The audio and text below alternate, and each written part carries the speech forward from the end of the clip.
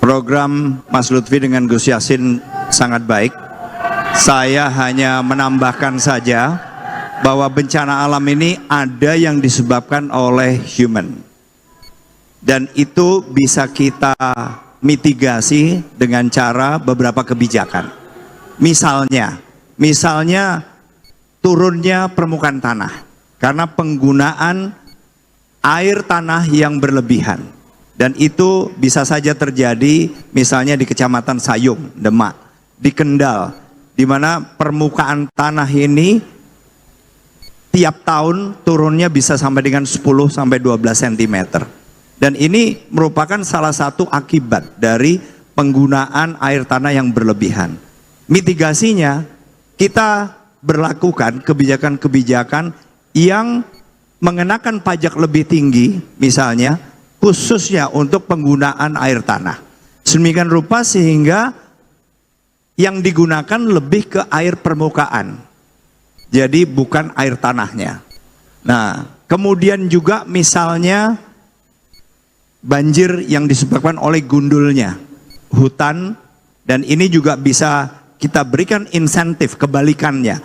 Insentif bagi usaha-usaha atau perusahaan-perusahaan yang kemudian bisa menunjukkan bahwa mereka bisa menghijaukan kembali sektornya atau propertinya maupun usaha di sekitarnya, sedemikian rupa sehingga kita meringankan, memberikan insentif kepada mereka, tetapi juga usaha untuk memitigasi itu dilakukan oleh swasta. Dan karena mereka yang punya kepentingan, saya meyakini ini akan lebih efektif. Karena biasanya usaha-usaha itu ingin berusaha dalam jangka yang cukup panjang. Baik.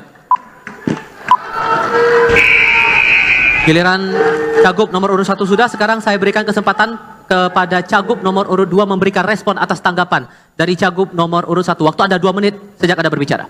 Baik, terima kasih Mas Andika. Mungkin ini akan saya menambahkan bahwa yang paling utama terkait dengan penurunan air tanah, kita harus lakukan penegakan perda sehingga tidak ada lagi dalam pengambilan air tanah semena-mena. Perda itu diatur dan dilaksanakan evaluasi pengambilan air tanah adalah 1 tahun sekali. Manakala saya dengan Gus Yassin nanti menjadi gubernur, perda itu akan kalian revisi untuk 3 bulan sekali kita lakukan evaluasi pengambilan air tanah untuk tidak dilakukan semena-mena. Itu yang pertama. Kemudian yang kedua, apa solusinya? Kita harus menggunakan desalinasi. Dengan apa? Untuk merubah air tawar menjadi air, air asin menjadi air tawar. Yang sudah dilaksanakan oleh Undip, yang sekarang dipraktekkan di Sayung. Jadi air asin kita rubah menjadi air tawar. Sehingga pengambilan air yang semena-mena, yang tidak melayani aturan, yang melanggar aturan sebagai perda, dapat dimitigasi dengan adanya pengambilan atau alat yang sudah dicontohkan oleh Undip. Download Tribun X sekarang, menghadirkan lokal menjadi Indonesia.